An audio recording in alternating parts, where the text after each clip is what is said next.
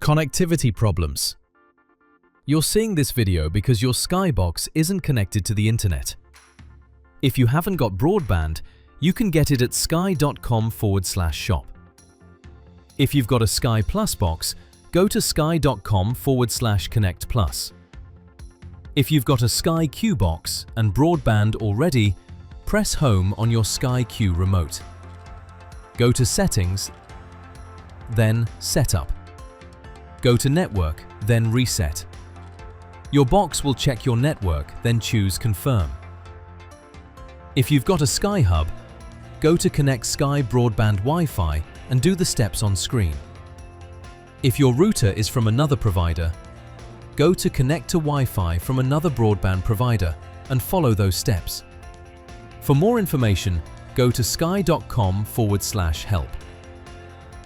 Check out more Sky Help videos and remember to subscribe.